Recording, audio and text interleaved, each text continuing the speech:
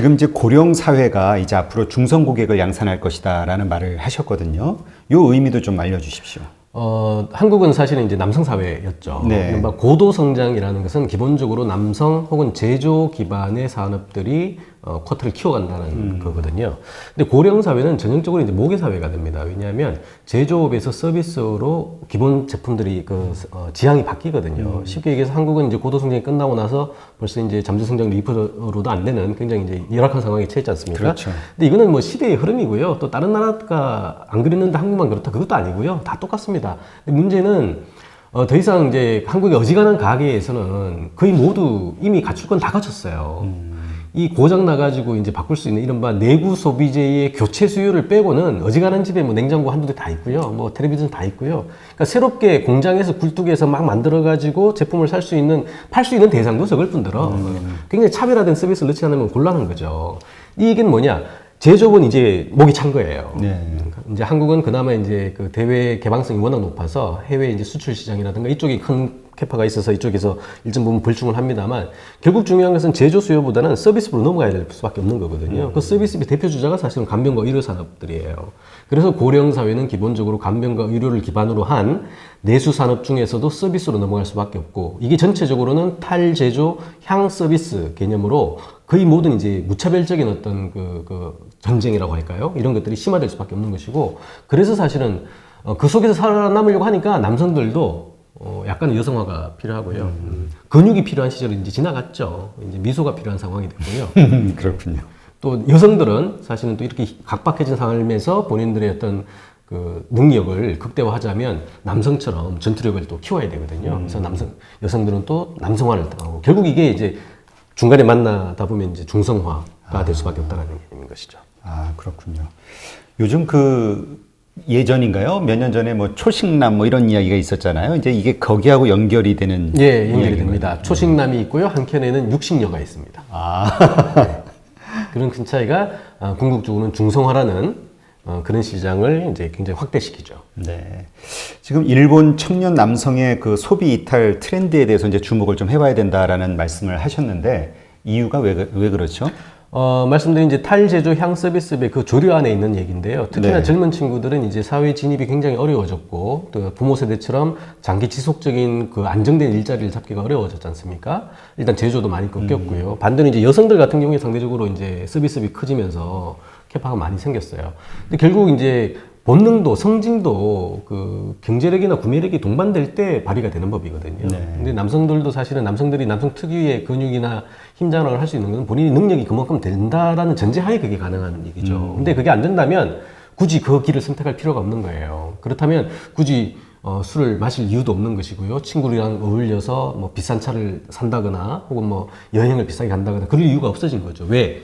성징을 발휘해서 그러니까 발휘할 능력도 안 되거니와 발휘해도 어필을 할 수 있는 대상 자체가 이제 줄어들었기 때문에 기본적으로는 그 소위 초식화든 뭐 여성들의 육식화든 그런 개념으로 넘어갈 수밖에 없다라는 거죠. 아, 그러면 한국도 이제 일본과 같이 이제 트렌드가 좀 비슷하게 따라갈 것으로 보고 그랬을 때 우리가 주목해야 되는 어떤 산업이랄까요? 이런 거는 뭐가 있을까요?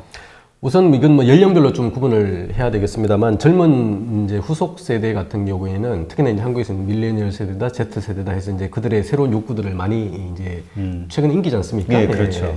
그런 맥락에 일단 의미 있다고 봅니다. 유의미 있다고 보고요. 문제는 이제 전체적인 볼륨 자체가 아직까지 크지 않아서 이게 과연 시장화가 될 수 있을까는 조금 더 귀추를 좀 봐야 될 것 같고요. 그럼에도 불구하고 새로운 트렌드인 것은 분명한 것 같아요.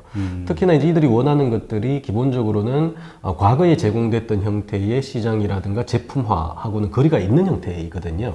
따라서 그 형태에 맞는 그 지점들을 찾아가는 작업들이 굉장히 필요해요. 예전에는 산업의 구분이 굉장히 뚜렷했지 않습니까? 네. 이제는 거의 구분이 없죠. 우리 아마존 얘기를 든다면 이게 뭐 유통이면서 이제는 제조도 하고요. 이제 사실은 뭐 금융까지 뭐 거의 모든 것들을 다 손을 본다는 얘기는 뭐냐면 그럼에도 불구하고 이들이 원하는 공통의 지점에 있는 것들은 이제 청년 이제 후속 세대들의 기술력과 동반된 이 후속 세대들의 욕구에 중첩이 되거든요. 그런 것들이 사실은 업종 무차별적으로 진행이 되기 때문에 사실은 젊은 친구들이 이제 MZ 그러니까 밀레니얼 Z 세대가 원하는 지점들과 답답해하는 불안, 불만, 불신 같은 것들을 풀어줄 수 있는 영역들이라면 사실은 기존에 있는 경쟁력도 강화시키면서 만약에 안 된다면 합종연맹을 통해서라도 그런 것들을 제공해 주는 거, 이런 지점들이 사실은 앞으로 굉장히 유망할 수밖에 없다는 거죠. 아, 네, 그렇군요. 근데 지금 아마존 말씀하셨지만 이제 점점 온라인이 대세화가 돼가지 않습니까? 그래서 오프라인 시장은 많이 줄어들고 있고, 그런데 이제 책 내용 가운데 보면은 이제 어른 채널은 이제 찾아가야 열릴 것이다라는 표현을 하셨거든요. 네. 예, 뭐 어른 채널은 좀 다른가요? 이 어떤 대세하고는 다른 뭐가 있나요? 기본적으로 사실은 그 오프라인에서 이제 온라인으로 전체적인 무게 중심이 옮겨간다는 것은 누구나 다 동의를 할 것 같고요. 네. 특히나 이제 젊은 세대들 중심으로 이제 기술에 대한 친화성이 있는 친구들은 당연히 또 기술도 굉장히 편하게 지금 접근을 하고 있고요. 한편에서는 지금 이제 그 요즘 어른들 같은 경우에는 이 기기에 대한 이용률과 친화성이 굉장히 좋습니다. 좋아서 이분들도 사실은 이제 굳이 오프라인으로 찾아가가지고 사실 귀찮거든요. 귀찮고 이게 번거로운 작업들을 대신에 이 온라인 공간 안에서 본인들의 욕구를 충족시킬 수 있는 뭐 충분히 많은 이미 라인업이 돼 있기 때문에 고르려고 하는 작업들이 있고요. 그런 것들은 굉장히 큰 시장으로 연결이 될 수가 있어요. 다만 이제 시간이 지나서 어쩔 수 없이 이제 이게 온라인이 커진다는 얘기는 그 바깥으로의 어떤 활동성이라든가 교류성이 상대적으로 줄어든다는 것을 의미하는 거거든요. 그거의 첫 번째 타깃이 사실은 이제 어른들이에요. 요즘 어른의 일부들하고 이미 이제 계신 분들하고 같이 중첩되는 부분인데, 이분들은 어쨌든 나이가 들면 아플 수밖에 없고요. 한국처럼 뭐 이제 소득에 대한 그 가능성도 없기 때문에 빈곤의 확률도 높아지고 소외의 확률도 높아지고요. 빈곤이면서 소외가 되면 질환의 또 가능성도 굉장히 높습니다. 근데 이런 분들이 이제 예전에는 절대 양이 작았잖아요. 근데 앞으로는 빠른 속도로 늘어날 거예요. 근데 이분들이 이제 돈이 없냐? 옛날에는 없었어요. 근데 이제는 돈도 있거든요. 지금 우리가 흔히 얘기하는 이제 예전에 386 기준들이 이제 50대, 60대를 접어든단 말이죠. 네. 이 50대, 60대는 한국의 가계 자산의 거의 절반을 가지고 있는 분들이에요. 이분들이 이제 아프기 시작하면 물론 온라인을 통해 가지고 친숙하니까 하겠습니다만 기본적으로 찾아가서 해결되는 새로운 욕구들이 존재합니다. 근데 이것들은 사실은 찾아가지 않으면 앉아서는 해결이 안 되는 거거든요. 그러니까 시장 자체가 젊은 사람 공급자 위주로만 생각을 하다 보니까 당연히 온라인상에서 편하게 할 거야라고 얘기하는데, 나이 드신 분들이 체감하는 생활에서의 불편함을 미처 모르는 거죠. 이런 것들을 풀어주면 당연히 소구의 채널이 오프라인 쪽으로도 좀 강화를 할 필요는 있는 것이죠. 네, 그렇군요. 이제 지금 요즘 뭐 저성장 시대라고 이야기 하잖아요. 근데 이제 장기 불황은 미분 소비를 불러온다라는 말을 하셨거든요. 일단 이 미분 소비라는 게 의미가 뭔가요? 우리 저기 고등학교 때 배웠던 적분 미분 생각하시면 되고요. 예. 네. 적분은 쌓이는 거잖아요. 네. 예, 쌓였을 때 가성비가 높은 거고요. 미분은 이제 쪼갰을 때 가성비가 높은 경우인데, 한국의 패러다임은 사실 시장 전체가 가족 소비를 대전제로 했거든요. 가족 소비는 어쨌든 적어도 4인 가족 기준으로 많은 것들. 지금 아마 그러니까 할인점 같은 데 가보시면 지금은 그래도 이제 1인화가 많이 늘었습니다만 불과 얼마 전까지만 하더라도 사실은 쌀만 하더라도 보편적인 게 10kg, 5kg였거든요. 근데 혼자 살면 5kg짜리 사더라도 오래 먹어야 돼요. 맞아요. 쉽지 않죠. 근데 이게 이제 쪼개지기 시작했다는 게 이제 그런 신호인데요. 기본적으로 이제 1인 가족화가 이제 벌써 심화가 되고 있고요. 한국 같은 경우에도 전체적인 가족 유형 중에서 지금 그 1위가 이제 홀로 사는 싱글 세대거든요. 4인 가족 기준은 지금 5위까지 떨어졌어요. 근데 이렇게 바뀌었다는 얘기는 기존의 제품처럼 뭐 대용량이라든가 가족을 염두에 둔 포장이라든가 그런 소구 지점 가지고는 절대 양이 줄어들었기 때문에 안 팔릴 것이다. 반면에 미분화된 개인들은 이걸 굳이 사봐야 뭐 그거밖에 없으니까 지금 사긴 사는데 답답한 거거든요. 나는 쌀을 사더라도 뭐 일주일만 먹고 또 새로운 쌀을 사고 싶은데 이게 쌓아둬서 묵어둬서 먹을 것 같으면 곤란하다는 말이죠. 맞아요. 결국 이 미분화된 시장들이 굉장히 빠른 속도로 늘어날 것이다. 지금 우리가 목격하고 있는 1인 가족들의 1인 수요자들의 수요는요 굉장히 한정적입니다. 우리가 얘기하는 간편식 시장이라든가 굳이 이제 주택적으로 얘기하자면 그 오피스텔 같은 원룸 같은 뭐 이 정도밖에 없습니다만 이들이 이제 20, 30대거든요. 이들이 10년, 20년이 지나면 이제 40대, 50대가 되고 또 40대, 50대 된다는 얘기는 생애 전체에 걸쳐서 가처분 소득이 클라이맥스를 찍는단 말이에요. 구매력은 충분히 있는데 누구도 이 사람들을 고객으로 보지 않는. 그런데 그들이 지금은 소수의 숫자나 이제 1인화가 아까 말씀드린 이제 결혼을 포기하는 친구들이 막 늘어나서 이게 이제 좀 다수가 돼버리면 굉장히 큰 시장이거든요. 그래서 미분은 하루 24시간 365일 거의 모든 것들이 미분 시장의 대상이 될 수가 있다. 지금은 초기 시장이다. 그래서 만약에 본인의 업이 어떤 식이든지 쪼갤 수 있다면 쪼갤 수 있는 개념으로 조금 생각을 전환시키는 것도 중요한 사업의 힌트를 얻는 데 도움이 될 거라고 보는 거죠. 말씀 들어보니까 제가 머릿속에 딱 떠오른 것 중에 하나가 뭐 신촌을 얼마 전에 가니까 요즘 오픈하는 그 식당들은 예전에는 보통 4인용 테이블로 다 세팅을 해놨었는데 지금은 벽을 따라가 혼자서도 앉을 수 있는 막 그런 큰 가운데 뭐 테이블이라든가 그렇죠. 아 이게 역시 그게 미분 소비라고 볼 수 있는 거네요. 예.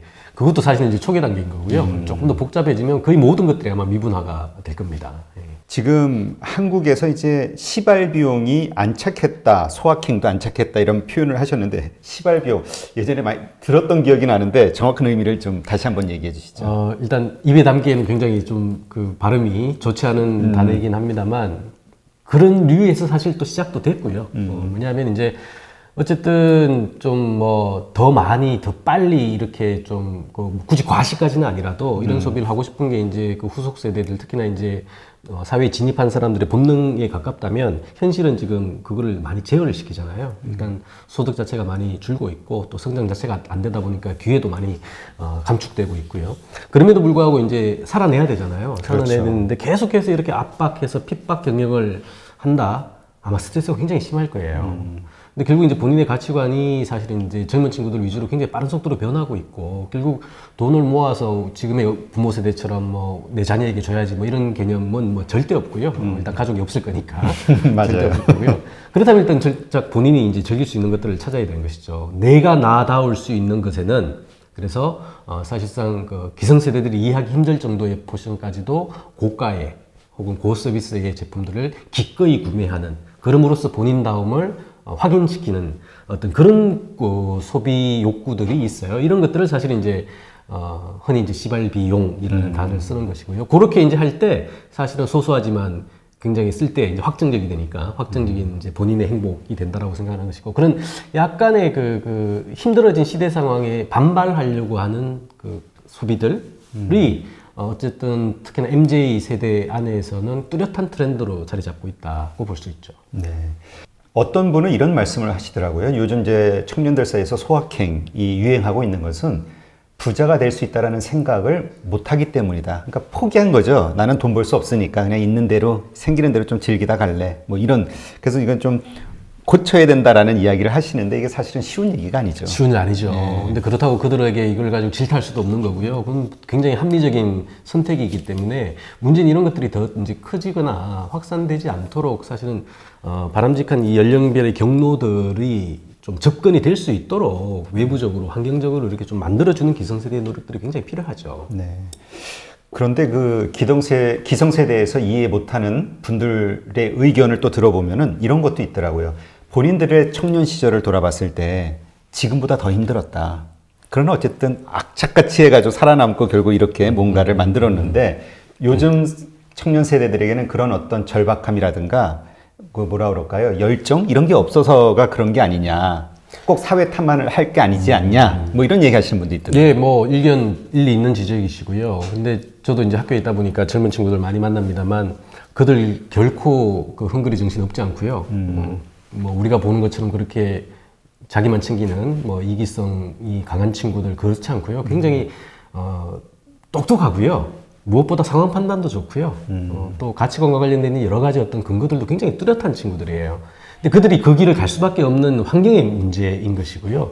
우리 부모 세대, 뭐 저도 마찬가지입니다만, 고도 성장의 수혜를 받았죠. 받았기 때문에 사실은 뭐 노력을 안 한 건 아닙니다만, 절대적으로 이제 경로에 도달할 수 있는 확률이 있었다면, 지금의 이제 그 후속 세대, 잠재 성장률 2%의 시대에서 이들에게 새롭게 연간 2%의 부가가치를 줄 수 있는 사회가 아니거든요. 그렇다면 사실은 뭐 향상심이라고 표현합니다만 오늘보다 나은 내일을 위해서 오늘을 희생할 수 있는 이게 사실은 사회의 진보나 발전에 가장 중요한 운동력인데 그들에게 그것을 강요하기에는 약간 어불성설의 상황일 수도 있는 것이죠. 네, 그렇군요.